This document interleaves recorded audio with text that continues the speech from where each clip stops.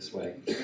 Our next speaker is Jim Gascoigne, and Jim is the executive director of the Charles River TMA, centered over there at Kendall Square, and he's going to be talking about operating a TMA with shuttle service. And if I can find his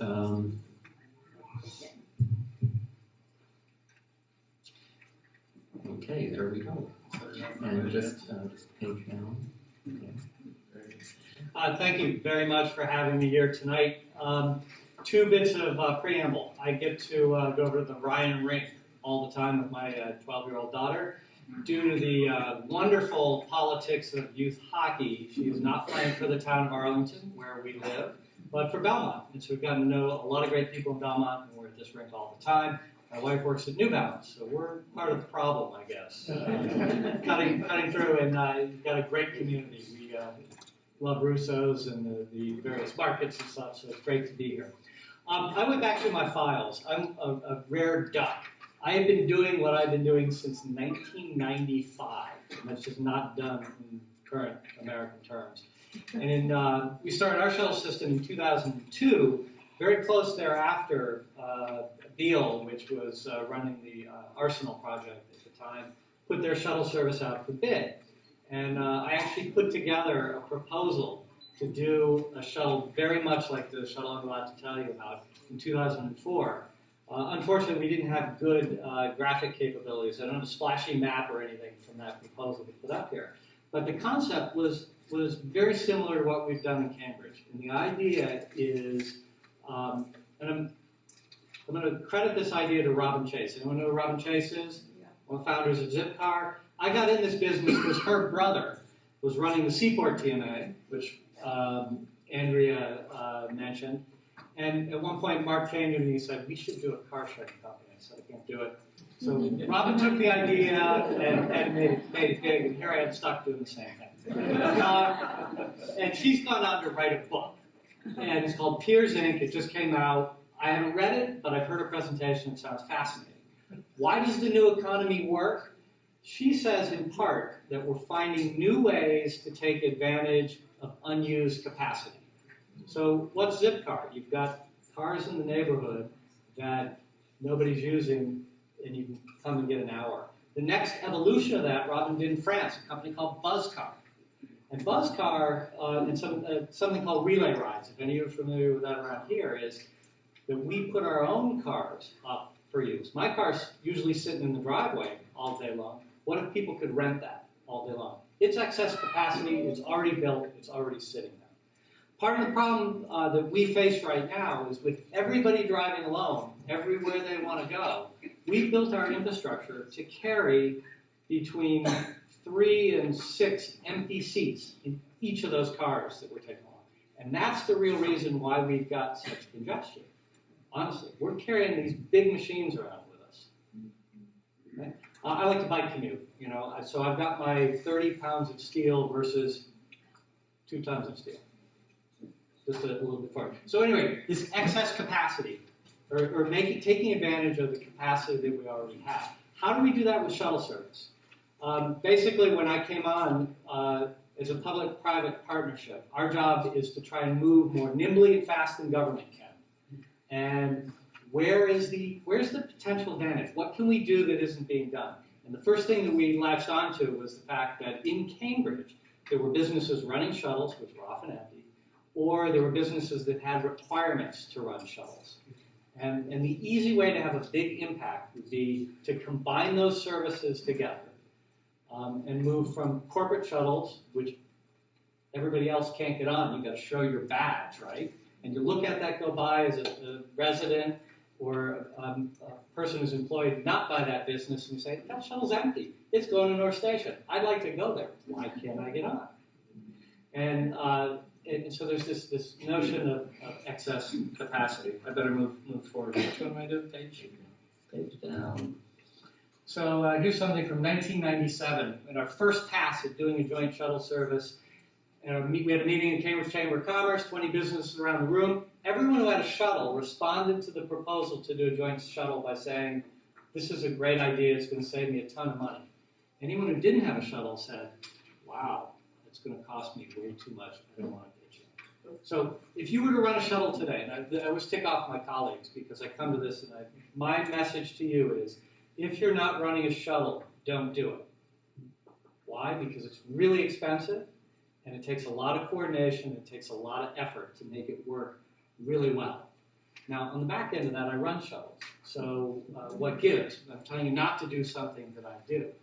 If you determine that you really need shuttles and that they will solve your service, they can be done well, and it's a worthwhile endeavor. It's also where you're going to find the low-hanging fruit to get a lot of people around in a short period of time.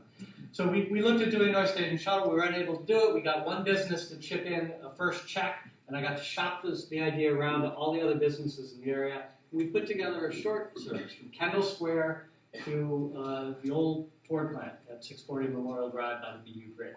And that let us get our feet wet with operating a shuttle and with making it work. And then when we came back for the next bite of the apple, people knew that we could do this shuttle work. What were our objectives? First of all, we wanted to consolidate shuttles. Now, current service consolidates about 18 corporate shuttles. Imagine 18 corporate shuttles that all want to be in Kendall Square at the top of the hour, descending. You want to talk about congestion, and they're all a quarter, a third empty, or half empty. Crazy. So we run a 9 shuttle service currently between North Station and Cambridgeport, and it comes every 7 minutes. So one of the other problems with corporate shuttles or many shuttle services is they're not frequent enough to make people get out of their cars. Because what we like is frequency. And one of the things that is great about our service is, if you miss one, the next one's coming pretty quickly. We wanted cost avoidance. Shuttles are expensive. Back in the day for this pitch, if you were running a shuttle 8 hours a day, 4 hours in the morning, 4 hours at night, 250 days a year, and it costs you $50 an hour, it's $100,000. So my pitch to businesses to do this jointly was to say, you're spending $100,000, or you're spending $125,000. Give me 40 of that. Give me 60. Some fraction of the full cost. Put it in the same pot. And let's see if we can run something together. Increased frequency I spoke about, but utilize capacity better. The other thing that's key about a shuttle is have long-term funding put together. Many shuttles have been started without a long-term funding plan in place, and shuttles take a long time to mature. You want to make sure that you give it a best shot. I can talk more about that later.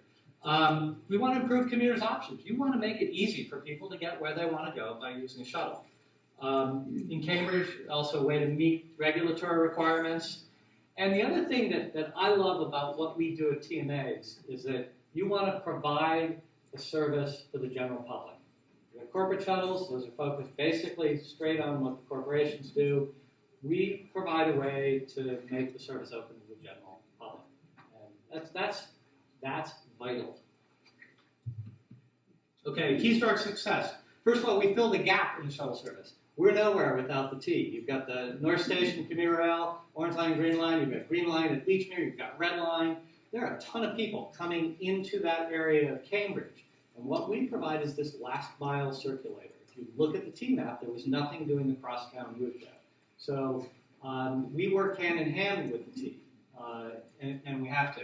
And just quickly, I should focus on this, but I got to say this about the T. There are really good people working at the T who are very conscientious and want to solve the problems. But morale is low because, as you saw this year, they're getting whacked over the head for everything they do. And it is really hard to get the traction to make the changes that are needed. We're in a situation where we as folks who believe in public transportation have got to stop beating on the T and figuring out how we can use our energy to really empower them to solve these problems. And I probably shouldn't get political and say anything about gas taxes and things like that right now. But, again, shuttles are expensive. We've got to figure out how we're going to pay for buses and shuttles if we want them. Okay, we also were lucky. We got a huge grant from the state, covered about a third of the cost of our shuttle for the first 5 years of the service. That enabled me to go to my businesses and say, hey, we've got a sweet pot here. If you guys give me a check for a couple of years, we can really get this thing up and going. And I can't underemphasize how important it is for the public sector to be able to do something like that to jumpstart these efforts. Third sector, why does the TMA work? You've got someone wearing the hat for a long period of time saying, here are good things that we can do, and championing these causes. You've got to have someone who wakes up in the morning and says, I'm going to make this stuff happen. Municipality, Cambridge, they put in regulations that really created a market, frankly. Parking, transportation, demand management requires businesses to do certain things. Again, cost them $100,000 to run their own shuttle. If I can provide a better service that costs a fraction of that, what are the businesses going to decide to do? They're going to decide to spend less money to get a better service. Private sector. Obviously, Cambridge has exploded. I had the great fortune of working in an area where economics the conditions were very ripe for doing this type of thing.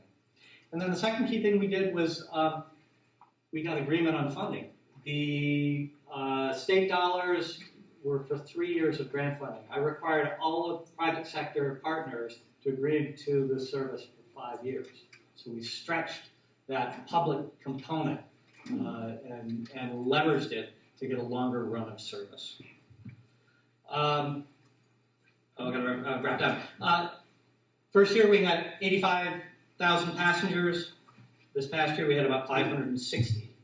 And here's a quick look of one of the reasons why we're so successful. As we move to our third phase, there's a heck of a lot of density of development along our route, and a lot of people trying to commute. So, thank you very much for your time, and I look forward to some really good questions.